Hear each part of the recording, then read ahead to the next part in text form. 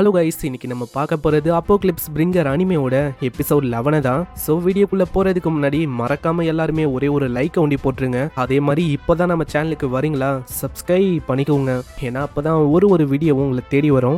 சரி வாங்க, நம்ம டைம் மிஸ் பண்ணாமல் எப்பிக்குள்ளே போகலாம். எப்பிக்கோட ஆரம்பத்திலேயே அங்கே டாக்கட்டுவாவை கான்டாக்ட் பண்ணியிருப்பான். இந்த இடத்துல ஒரு விஷயத்தை பார்த்து ரொம்ப ஆச்சரியமா வரா. ஏன்னா அந்த இடத்துல மைனோகிராவை தாக்க இன்னொரு கும்பல் அங்கே வந்திருக்கு.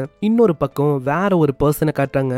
அவன் அந்த இடத்த பார்த்து சொல்றான், என்ன ஒரு அழகான வண்டர்லேண்டா இருக்கு இது எல்லாமே அப்படின்னு அவன் சொல்றான். எதுக்கு இப்படி சொல்றான் அது தெரியல. இதுக்கப்புறம் அந்த பேச காட்டுறாங்க. அந்த இடத்துல ஒரு எல்ஃபோம் பயந்து ஓடி வந்து சொல்றான், பிரச்சனை நம்ம எத்துக்குள்ள அவங்க தாக்க போறாங்கன்னு நினைக்கிறேன். ஏன்னா ஒரு படையே இந்த பக்கம் வந்து இருக்கு. எனக்கு அந்த விஷயம் நல்லாவே தெரியும். ஆமா அதேதான், கிங் டாக்கட்டோ இருக்காருல்ல, இவரால எல்லா விஷயத்தையும் தெரிஞ்சுக்க முடியும். இவன் கியாவும் அந்த பக்கம் தான் போயின்னு இருக்கான். அதனால உன்னோட பொசிஷனுக்கு போறது நல்ல விஷயமா இருக்கும். அப்போனா இது பெரிய பிரச்சனையாச்சு, நம்மளுக்கு ஏதாச்சும் ஆகுமா? இல்ல பசங்களா, நீங்க கவலையப்பட வேணாம். அதான் கிங் டாக்கட்டோ இருக்காருல்ல, இப்படி இருக்கும் போது நம்மளுக்கு எதுவுமே ஆகுது. அப்படி இருக்கும் போது எந்த விஷயத்த நினைச்சும் கவலைப்படக்கூடாது. அதே மாதிரி வரவங்க பிளேயர்ஸ் நினைக்கிறேன் நம்ம கிங் டாக்கட்டோ மாதிரி. ஆமா, திடீர்னு அவங்களுக்கு இது மேட்டரா இல்லனா அதுக்கப்புறம் இது கொஞ்சம் பிரச்சனையா இருக்கும். அதனால நம்மளோட அட்டாக்க ஆரம்பிக்கணும்னு நினைக்கிறேன். நம்ம கிட்ட யார் ஃபர்ஸ்ட் இருக்குன்னு பார்க்கலாம். எஸ்லாம் நீ இருக்க.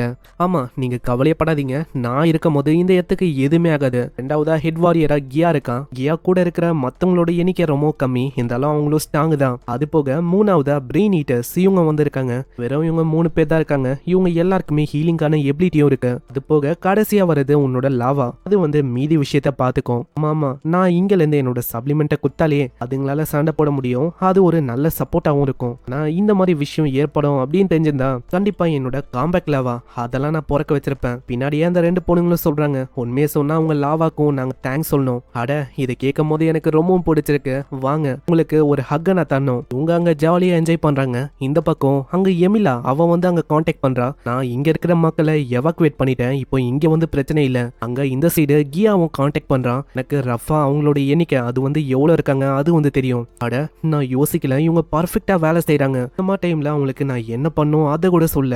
இது கேமை விடவும் ரொம்ப நல்லா இருக்கு. எனக்கு இல்ல, ரொம்ப நம்பிக்கையான ஆளுங்களும் இருக்காங்க. ஆமா, என்ன ஆச்சு கிங், நீங்க எதுவுமே பேசல? அது ஒன்னும் இல்ல, கிட்ட 1000க்கும் மேல நிறைய பேர் வந்திருக்காங்க. அதுல சில பல மாஸ்டர்ஸ் இது வரைக்கும் தெரியல என்ன மாஸ்டர்னு. கவலையப்படாத, நான் அந்த எனிமிஸை டீல் பண்ணிக்கிறேன். 1000க்கும் மேலேயே அவங்களோட எண்ணிக்கை. அப்படின்னா இந்த பேட்டில் உண்மையிலேயே டஃபா இருக்க போகுதுன்னு நினைக்கிறேன். அப்பனா மைக்கிங், நீங்க ஒரு நல்ல ஸ்ட்ராட்டஜியை யோசிட்டீங்க போல. ஆமா, இந்த மாதிரி டைமுக்காக தான் நம்ம ப்ரெஷியஸான மாணவ எவ்வளவு சேகரிச்சு வச்சிருக்கோம். அப்போ நீங்க சொல்றபடி பார்த்தா இதுக்கு மேல ஒரு யூனிட்டை கிரியேட் பண்ண போறீங்க. அதாவது எமர்ஜென்சி ப்ரொடெக்ஷனை. அப்படி ஒண்டி நீங்க பண்ணிட்டா அவ்வளவுதான். நம்மளால அவங்க எத்தனை பேர் வந்தாலும் அசால்ட்டா வெல்ல முடியும். ஆனா இருக்கிற வரைக்கும் ப்ரொடெக்ஷன் நந்துக்குனே இருக்கும். இது ஒரு மிகப்பெரிய அட்வான்டேஜாவும் இருக்கும். உனக்கு நான் மானா ரிசர்வ் கொடுக்குறேன். முடிஞ்ச அளவுக்கு நீ ப்ரொடெக்ஷனை பண்ண ஆரம்பி. எஸ்லாக்கு இதனால ஏகப்பட்ட மானா கிடைக்குது. அங்க எஸ்லாவும் சொல்லுது, உண்மையிலேயே நீங்க நல்ல வேலையை பண்ணிருக்கீங்க. இந்த மாதிரி கிரைசிஸை என்னால கையாள முடியும். ஆமா, ஆல்ரெடி டிராகன் டன்ல என்ன ஆச்சு அந்த விஷயத்த நான் பார்த்தேன். நிமிங்களோட பவர் அது எந்த அளவுக்கு இருக்கணும் எனக்கு தெரியும். அதனால நம்ம காட்டணும் நம்மளால என்ன பண்ண முடியும்னு. இவன் முன்னாடி ஒரு ஜெனரலே வந்தாலும் உனக்கு அவங்கள அழிக்கிறதுக்கான கேப்பபிலிட்டி இருக்கு. உன்னால என்ன பண்ண முடியும்னு நீ தான் காட்டணும் எஸ்லா. அவ்வளவுதானே மைக்கிங், நான் பாத்துக்கிறேன். சைடு அட்டுவன் நினைச்சோ எனக்கு கவலையா இருக்கு. அங்க மாட்டிருக்க மாட்டான்னு நினைக்கிறேன். அங்க போக ஆரம்பிக்கும் போது அந்த பொண்ணுங்களுக்கும் கொஞ்சம் கவலையா இருக்குமா. இங்க ஒன்னும் கவலைப்பட வேணாம், நான் கண்டிப்பா சீக்கிரமாவே வரேன். இதே மாதிரி அவ பறந்து போறான். இந்த சைடு டீமன் லார்டோட படையும் அட, இந்த ஃபாரஸ்ட் ரொம்ப கிரீப்பியா இருக்குப்பா. நம்ம இதுக்கு தனியா இந்த இடத்த ஆக்குபை பண்ணோம். எனக்கு தெரிஞ்சு நம்ம பாஸ் அவர் டீமன் லார்ட ஏமாத்த போறாருன்னு நினைக்கிறேன். ஆமா, என்ன சொல்ல இருக்க, எனக்கு தெரியலையா? நம்ம எப்போ இந்த உலகத்துக்கு வந்தோமோ அது பாஸுக்கும் சரி டீமன் லார்டுக்கும் சரி 2 பேருக்குமே டிஃப்ரெண்டா இருந்திருக்கும். அதனால தான் நான் இப்படி சொல்றேனே. வாய மூடுங்க, நம்ம முன்னாடி போகணும். ஏன்னா அவங்க போகலான்னு பாக்குறாங்க. முன்னாடி ஏதோ ஒரு உருவமோ கத்திக்கினே வருது. இது ஒரு ஆர்க்கு தான். அதோட உடம்பு முழுக்க ஏதோ ஒரு மூமெண்ட் அங்கேயும் இங்கே தெரிஞ்சுக்கினே இருக்கு.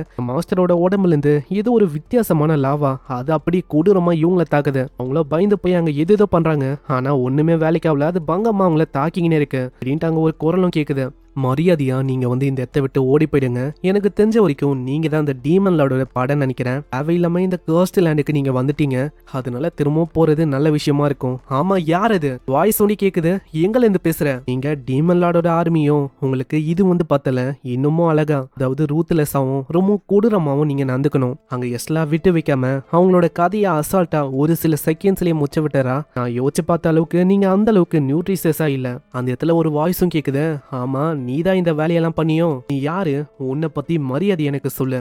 மைனோகிரா கிங்டம்ல இருக்க கிங் டாக்கட்டோ இருக்கு கீழே சர்வ் பண்ற ஒரு ஹீரோ தானா? என்னோட பேரு எஸ்லா, குயின் ஆஃப் பக். நீ வந்து யாரு அப்படின்னு எனக்கு சொல்லவே இல்லையே. நான் டீமன் கிங்குக்கு சர்வ் பண்றேன். என்னோட பேரு ஃபிளமிங்க. அதே மாதிரி எல்லாருமே என்ன ஃபிளேம் டீமன் அப்படின்னு சொல்லுவாங்க. அட அப்போனா நீ அந்த 4 ஜெனரல்ல ஒரு பர்சனா? ஆனா நான் என்ன யோசிச்சேன்னா, இப்ப நான் கொன்னல உங்கள யாரோ ஒருத்தங்க தான் அந்த 4 ஜெனரல் அப்படின்னு நான் யோசிச்சேன். நல்ல வேலை இதுல யாருமே அந்த 4 ஜெனரலா இல்ல. தான் சொல்லும் போது எனக்கு ரொம்ப சந்தோஷமா இருக்கு. நான் இதுக்கு முன்னாடியே உன்னோட கம்பானியன் ஐஸ்ராக், ஓ அவனை பத்தி சொல்றியா? அவனை நீங்க முடிச்சிட்டீங்களோ? நான் அந்த அளவுக்கு ஆச்சரியமா இல்ல. ஏன்னா அவன் இருக்கிறதுலயே ரொம்ப வீக்கானவன். அவனுக்கு மூளையில ஃபுல்லா மசில்ஸ் தான். 4 ஜெனரல்ல இருக்கிறதுலயே ரொம்ப வீக்னா அந்த ஐஸ்ராக் தான். அதே மாதிரி நானும் ரொம்ப வீக் அப்படின்னு நினைச்சிடாத. அப்படி ஒண்டி யோசிச்சுனா உன்னோட கதை அசால்ட்டா இங்க முடிஞ்சிடும். அதே மாதிரி உன்னோட கதையை முடிச்சுட்டு அவனை வேற கொல்லணும். அவனை ஏதோ ஒண்ணு சொன்னிய, அதாவது என்ன சொன்ன? கிங் டாக்கட்டோவா? உன்ன மாதிரி ஒருத்தனுக்கு அவரை பத்தி பேசுறதுக்கு எந்த விதமான தகுதியும் இல்ல. அப்படியா பூச்சு? ஆனா நீ வந்து ரொம்ப அதிகமா சொல்ற மாதிரி இருக்க. உன்னோட ரக்கிய நான் வெட்டி விடுறேன் எப்படின்னு அங்க சண்டையும் ஆரம்பிக்குது.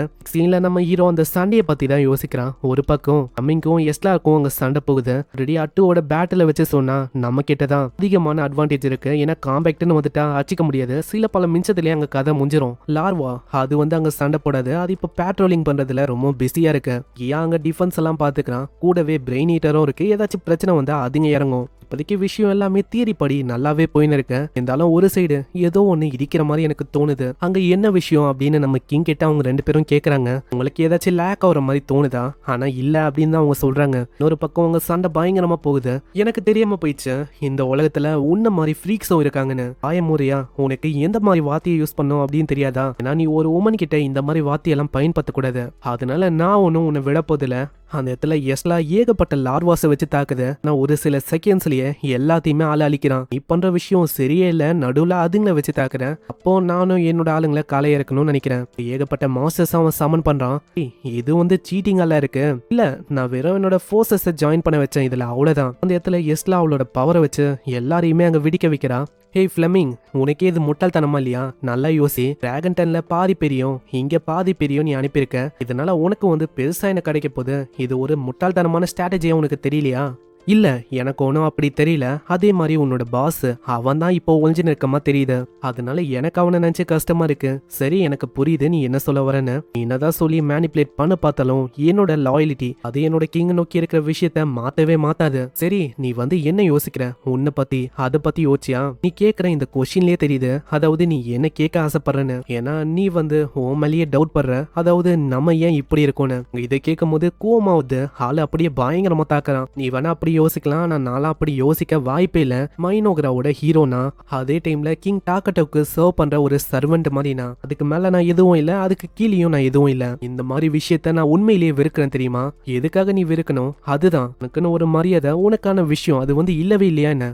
எனக்கு இப்பதான் புரியுது. நீ வந்து ஃப்ரீயா இருக்க. அதனால உனக்கு அவளுக்கும் எந்த விதமான விஷயம் புரியாது. எங்களுக்கு லாயலா இருக்கணும் அப்படின்னு சாய்ஸ் எடுத்தது அது உன்னோட டிசிஷன். இந்த மாதிரி ஒரு முடிவு எடுக்கும் போது அவங்களுக்கு எப்படி ஃபீல் ஆகும் அது வந்து எனக்கு தெரியல. அப்ப இதை பத்தி தான் கேக்குறேன்னா அது உண்மையிலேயே நல்லா இருக்கும் தெரியுமா? ஏன்னா மாஸ்டருக்காக ஒரு விஷயத்த பண்ணும் போதும் அதுல இருந்து வர சந்தோஷம் இருக்கே எப்பா அதை வந்து சொல்லி புரிய வைக்க முடியாது. அந்த அளவுக்கு சந்தோஷத்தை எனக்கு கொடுக்கும். ஆனா இதுவே உன்னை பத்தி சொன்னா பார்த்தாலே தெரியுது உனக்கு அப்படியெல்லாம் ஒன்னும் இல்ல. அதானே? ஏன்னா உன்னோட பாஸுக்கு நீ ஒரு பப்பெட் தான். அவர் சொல்ற விஷயத்த நீ வந்து பண்ணணும். அதாவது ஒரு கயிறுல டான்ஸ் ஆடுற மாதிரி உனக்குன்னு ஒரு ரோலை கொடுப்பாங்க. அது உன் விருப்பமே இல்லாம நீ செய்யணும். அதன நீ சொல்லும் போது இன்னும் தான் எனக்கு கடுப்பாவுது. இதுக்கு மேலேயும் நான் விட்டு வைக்க போதில்ல. இந்த ஒட்டுமொத்த கிங்டமையும் நான் அழிக்க போறேன். எனக்கான வில் எனக்கான ஃப்ரீடம் எல்லாத்தையுமே நான் அடைய போறேன். நீ இப்படி பண்ணும் போதும் அது வந்து சாமிங்கா தான் இருக்கு. வாய மூடு. உன்னை ஒட்டுமொத்தமா எரிக்க போறேன். அதுக்கப்புறம் உன்னால பறக்கவே முடியாது. அங்க எஸ்லா பறந்து போகும். அப்படியே ஆளு எரிச்சு விட்டுறான். அவ்வளவுதான் உன்னோட கதை முடிஞ்சிச்சு. ஆனா அவளுக்கும் எதுவுமே ஆகல. அது ஒரு குக்கூன் மாதிரி ஆகி அதுக்குள்ள உட்காந்துக்குது. எஸ்லாவை பார்த்து அவன் இன்னமும் தான் ஆச்சரியமா வரான். ஆமா என்ன ஆச்சு? உன்னால எவ்வளவுதான் நெருப்ப ப்ரொடியூஸ் பண்ண முடியுமோ? இது வந்து என்ன அழிக்கிறதுக்கு பத்தாதுப்பா. இன்னமும் நீ வந்து எரிக்கணும். என்ன நீ என்ன கொல்லணும் அப்படின்னு நினைச்சு தாக்குனா கிட்டத்தட்ட 5 நிமிஷத்துக்காச்சு ரிப்பேர் பண்ற மாதிரி இருக்கும். அதுக்கப்புறமா நடக்க வேண்டிய விஷயத்த நம்ம பார்க்கலாம். இதை கேட்கிற அவன் இன்னமும் கடுப்பாய் ஏகப்பட்ட ஃபயர் ஆரோஸ் அவன் தூக்கி அடிக்கிறான். ஆனா அதனாலயும் எதுவும் ஆகல.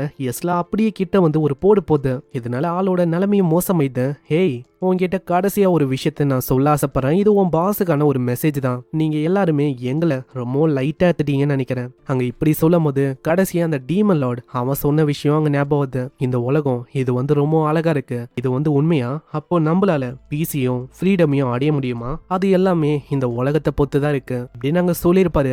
இப்பதான் நம்மளுக்கும் தெரியுது, ஸ்டார்டிங்ல பார்த்தா அதே பர்சன் தான் இவனும். எனக்கு இப்பதான் புரியுது, நான் கடைசி வரைக்கும் இங்க பப்பேட்டா இருந்திருக்கேன். ஆனா நான் தான் என்னோட எண்டிங்கை மாத்த போறேன். இதுக்கு மேலேயும் நான் அப்படி இருக்க போறது இல்ல, என்னோட இஷ்டத்துக்கு நான் போராட போறேன் அப்படின்னு அங்க சொல்ல, அடுத்த செகண்ட் எஸ்லா கதையை முடிச்சு விட்டாரா. இடத்துல நம்ம ஹீரோ கிட்டவா சொல்றான், இந்த மாதிரி நான் கதையை முடிச்சிட்டேன். எஸ்லா, உண்மையிலேயே நீ நல்ல வேலையை பண்ணிருக்க. நீங்க இதை சொல்றீங்கன்னா அப்ப கண்டிப்பா என்ன பார்த்து நின்றீங்க அதானே? ஆமா, அதேதான் எஸ்லா.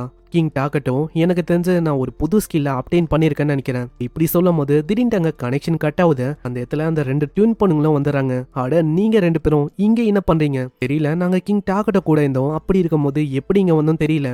டாக்கட்டோக்கு புரியுது ஏதோ ஒரு விஷயம் சரியில்லை. இந்த சைடு இஸ்லாம் சொல்லுது, சீக்கிரம் அந்த பொண்ணுங்களை ப்ரொடெக்ட் பண்ணுங்க. அங்க ஃபிளமிங் எந்த போயிருப்பான்ல, திடீர்னு அவனோட உடம்பு அசையுது. ஆள் அப்படியே ஸ்மைல் பண்றான்.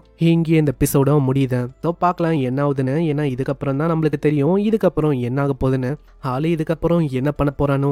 இது ஒண்டி இல்ல, டீமன் கிங் கூட ஃபைட்டும் இருக்கு. அநேகமா 2வது சீசன் அதுல தான் வரும் அப்படின்னு நான் நினைக்கிறேன். சரி பார்க்கலாம் என்ன ஆகுதுன்னு. ஸோ மறக்காம கீழே ஒரு லைக்கை போட்டுருங்க. ஏன்னா அப்பதான் அடுத்த வாரம் என்ன ஆக போகுது அது தெரியும். ஸோ நான் உங்களை நெக்ஸ்ட் எபிசோட்ல சந்திக்கிறேன். தேங்க்யூ ஃபார் வாட்சிங். சைனரா.